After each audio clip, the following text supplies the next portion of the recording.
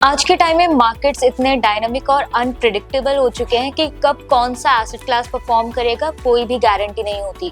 कभी equities print करता है, कभी डेट स्टेबल रिटर्न्स देता है और कभी गोल्ड एकदम शाइन कर देता है। थीम्स इवॉल्व होती हैं, अपॉर्चुनिटीज शिफ्ट होती हैं और इनको चेस करना लिटरली हवा को पकड़ने जैसा लगता है। तो अब सवाल ये उठता है कि किस एसेट क्लास में इन्वेस्ट करें और सबसे इम्पोर्टेंट कब करें। और एग्जैक्टली इसी प्रॉब्लम का सोल्यूशन लेकर आया है एक्सिस म्यूचुअल फंड का नया axis multi asset active fund of fund. ये फंड 21 नवंबर से 5 दिसंबर 2025 तक एनएफओ में अवेलेबल है और आज के वीडियो में मैं आपको बताऊंगी कि ये फंड एग्जैक्टली क्या है, ये कैसे काम करता है और क्यों ये आपके पोर्टफोलियो का एक हाईलाइट एडिशन बन सकता है। चलिए पिछले कुछ मार्केट साइकिल्स देखते हैं ताकि समझ सकें कि मार्केट्स कितने अनप्रेडिक्टेबल होते हैं।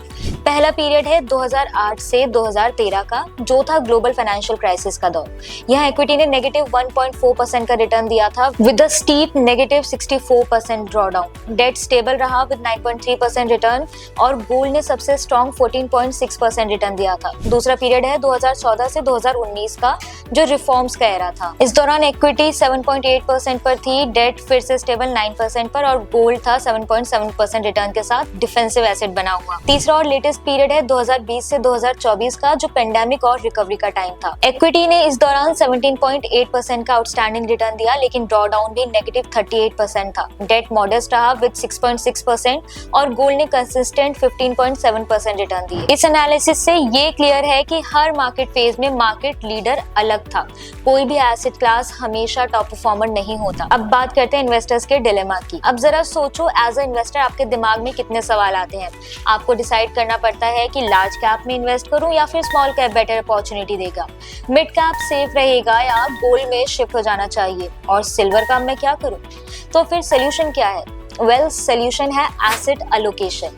मल्टी एसेट इन्वेस्टिंग एक ऐसी ऑल वेदर स्ट्रैटेजी है जो वोलेटिलिटी को रिड्यूस करने, डाउनसाइड प्रोटेक्ट करने और अपसाइड कैप्चर करने में आपकी हेल्प करता है।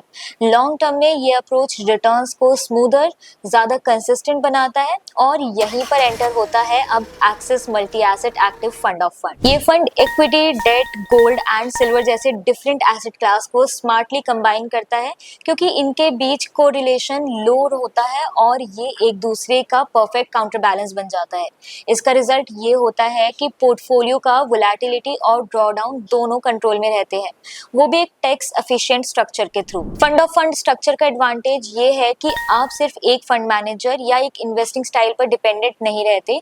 फंड मार्केट साइकिल के हिसाब से जल्दी स्विच कर सकता है, परफॉर्मिंग थीम्स को कैप्चर कर सकता है और इंटरनल रीबैलेंसिंग पर कोई भी टैक्स इम्पैक्ट नहीं होता। अलोकेशन भी एक रोबस्ट क्वांटिटेटिव मॉडल और एक्सपीरियंस्ड इंटरनल कमेटी के थ्रू उनकी गाइडेंस से होता है। इसमें रिस्क मैनेजमेंट 2 लेवल पर होता है, पहला एसेट क्लास लेवल पर और फंड सिलेक्शन लेवल पर भी, ताकि पोर्टफोलियो हमेशा डाइवर्सिफाइड, बैलेंस्ड और ऑल वेदर रेडी रहे। साथ ही फोकस होता है पोस्ट टैक्स रिटर्न्स पर, ताकि जो आप अर्न करो उसमें रियल बेनिफिट दिखे। ये फंड डिजाइन्ड है आपकी वेल्थ को कॉन्फिडेंटली ग्रो करने के लिए, चाहे मार्केट का सीजन कोई भी हो। Axis multi asset active fund of fund की स्ट्रैटेजी की बात करते हैं। फंड की कंप्लीट स्ट्रैटेजी समझने के लिए ये जानना जरूरी है कि ये फंड काफी डायनामिक है। इक्विटी एलोकेशन 10% से 80% तक जा सकता है, covering all market caps, diversified और थीमेटिक फंड्स। डेट एलोकेशन भी 10 से 80% है with active duration call and high quality focus. Gold और सिल्वर एक्सपोजर 10 से 35% तक है with tactical switches between them, plus overseas investment भी अप टू 20% पॉसिबल है।